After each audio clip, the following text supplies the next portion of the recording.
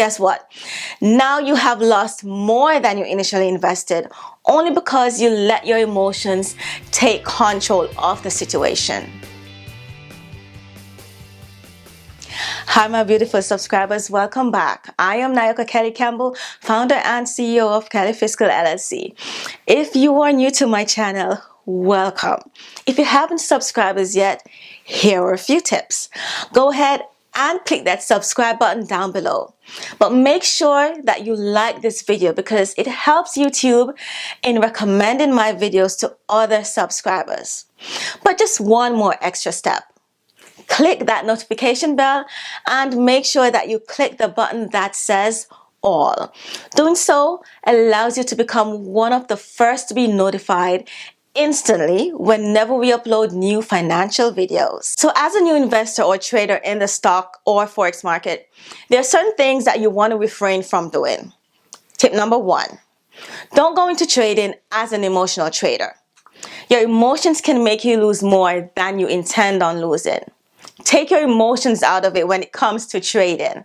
For example, let's say that you purchase a stock or currency pair at a certain price, and within a couple of hours, you somehow receive a notification that that specific stock or currency pair that you just purchased, the price starts to fall drastically.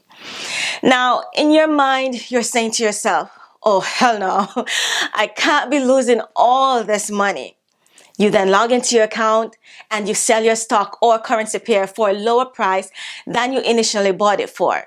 But guess what? Now you have lost more than you initially invested only because you let your emotions take control of the situation.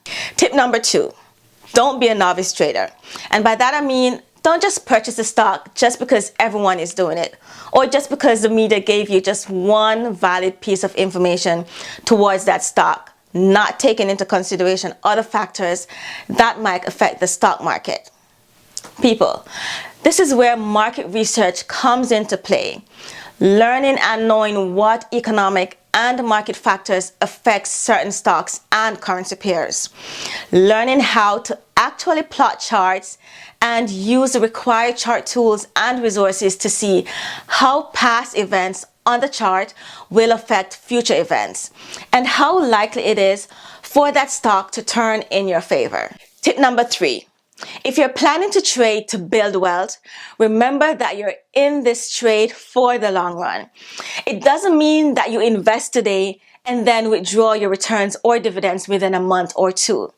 It means that whatever gains you acquire, it will automatically stay in your account for future and larger stock purchases. Remember, you are building wealth, not income. Tip number 4. Yes, of course you can invest only for income purposes. This simply means that you're investing in order to bring in income for your personal and family use.